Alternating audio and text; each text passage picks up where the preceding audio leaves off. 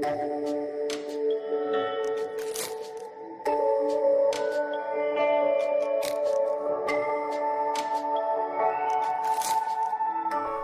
this is BlueRecord Studios episode 9. I'm Yoon Choi. I am Yeon Jung. And I'm Insa Kim. So, what is our topic for today? The title of our discussion is, What Makes a Group a Cult? Not all cults are religious, and not all religions are cults. We will subdivide the steps of defining what a cult is, how it has originated, for what reasons, and the elements that lead people to fall in the group.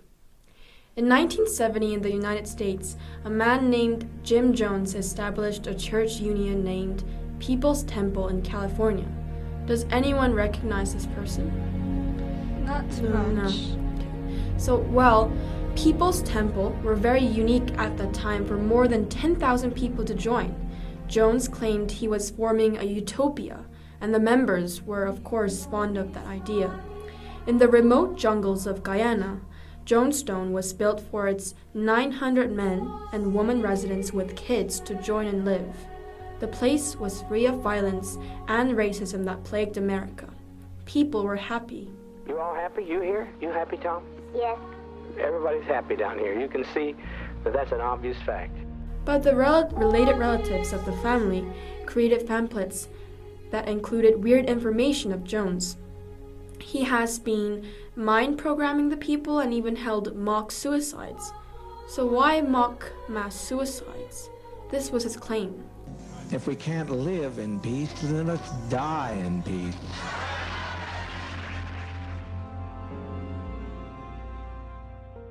Wow. Guess what happened? A largest mass murder-suicide in modern days. Cultists who believed in everything that Jim Jones said took their own lives. Some shot to death, most apparently self-poisoned. There were empty bottles of potassium cyanide. Entire families took the poison together. Among the bodies were those of the temple's fanatical founder, the Reverend Jim Jones. Jones told them, "It is time for us to meet in another place." People had so much faith in the words of Jim Jones to devote their lives. From this large scale of destruction at Jonestown, people realized the new horrifying connotation of a cult. That is one devastating consequence. And wait, is there a specific standard on how we can designate a group to be a cult? That's exactly what we want to solidify, the characteristics that all cults have in common. So this is a founding from the researchers, and they have pointed out three main features. Number 1, a charismatic leader. Professor Janja Lalich of sociology states, a cult is a group or a social movement that is led by a charismatic leader who is authoritarian and who demands to be revered as a godlike figure. Number 2, the strategy of mind controlling. The members shouldn't question the Bible, and thus the authority includes all the nonsense in the Bible.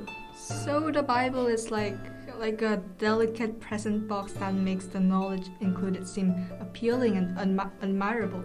Because when we hear of the word Bible, it gives us a trustworthy and faithful impression. That is correct.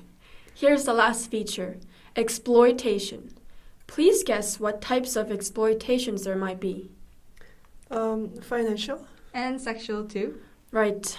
The different types of exploitation are what is required to the members from the leader who they deem as the god, a figure that is great enough to justify and make the worth of all their obedience. Concluding, the charismatic leader, mind control, and exploitation are the three characteristics that define a group as a cult.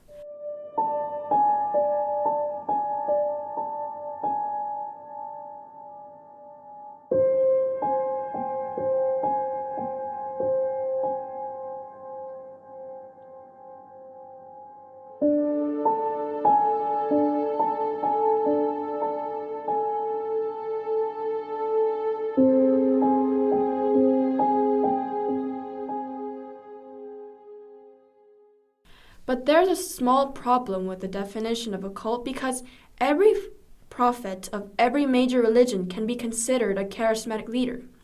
People even believe the idea that cult plus time equals religion.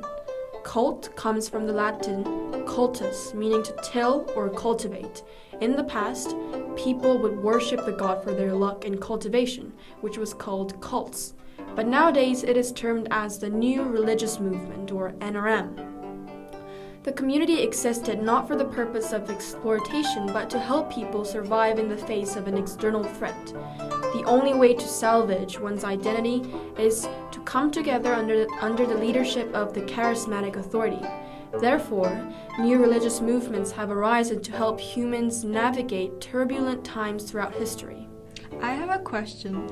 How can we distinguish between NRM and like a religion that is already a religion? Do you know? So actually, the religion that we are aware today is actually termed as the New Religious Movement, and we can distinguish, all the old history, all the old historian actions of cultivating the god is different from NRM. And all the religious ideas that you know right now, like Buddhism, like Christianity, and all those stuff are called NRM. Yeah. Oh, okay. These are all new religious movement. So we're comparing with the old history, like Roman times. So bringing up another case study, in the 1930s, New York City, tens and thousands of people considered a man called Father Divine the God on earth. Here's an interesting point. We can interpret Father Divine as a very early progenitor of the civil rights movement, because followers of Father Divine were involved in protests and other civil rights movements. Many crises, such as the assassination of the president in the United States and the nuclear annihilation, decayed people's trust towards the government. And with their emptiness, religious knowledge was like an antidote. But we all know what can come next when there's just too much faith and obsession involved, when idealism turns into authoritarianism, breaking the morality of human nature. It is not about the belief system per se, but the behaviors of the group, quotes Professor Lalich. Most countries respect the freedom of religion and beliefs, but it is wrong when the belief leads to behavior that disrupts or damages the lives of both people involved and those not. What cults use is basic social psychology that directly relates to human life, such as finances, family, friends, career, and love. So let me briefly explain the 7 elements that social scientists say that can lead to indoctrination into a cult. Number 1, a crossroads, meaning when you're going through a transition. So since you are in a vulnerable state, you will likely be more open and willing to try out different things. Number 2, the soft sell. You would be involved in all sorts of small meetings, talks, meditation groups, Bible studies where a questionnaire would ask questions about life and the universe. Number 3, a new reality. No outside books, no TVs, no movies are allowed. No contact is allowed because the outside world is believed to be defilement. Number 4, the dear leader who you would eventually admire and love. Number 5, the creation of the enemy. And number 6, peer pressure. This, I think, is most dangerous and effective at the same time because we all know what it feels like to be pressured to follow what the majority says is true. This is due to the fundamental human desire to be included in a group. And number 7, a sociopathic narcissist. This idea usually applies to the charismatic leader, since one believes himself or herself to be the most essential. So I have a question here. You are talking about how people would get involved into this kind of cults, but then is there a way for these people to get out somehow?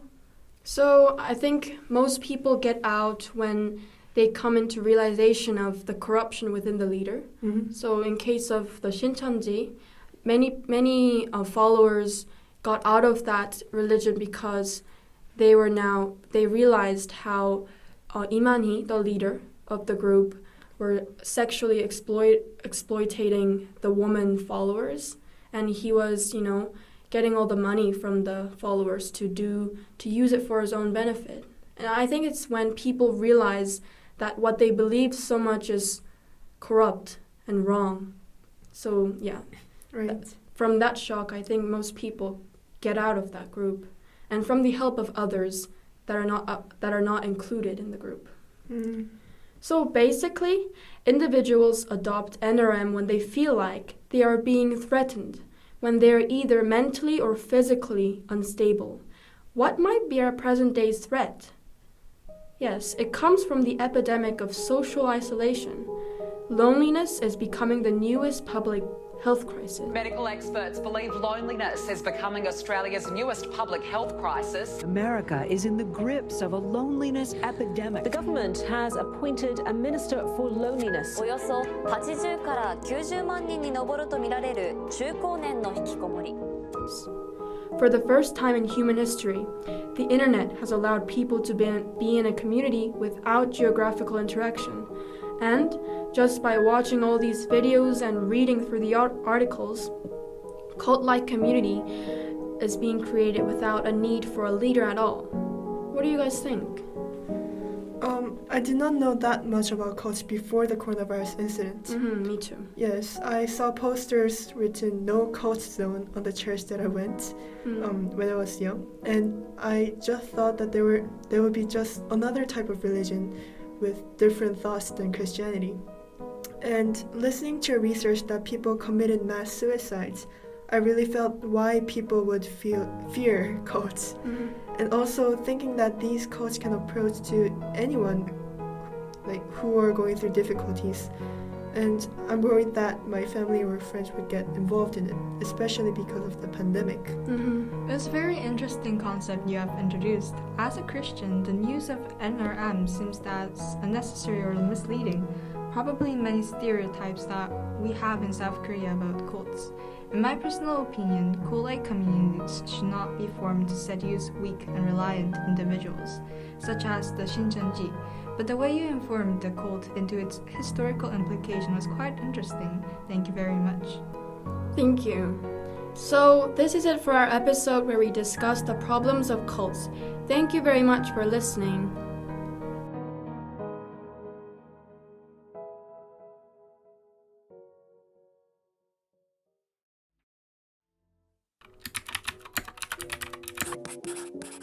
BlueRecord will be back soon With another interesting And worthy topic.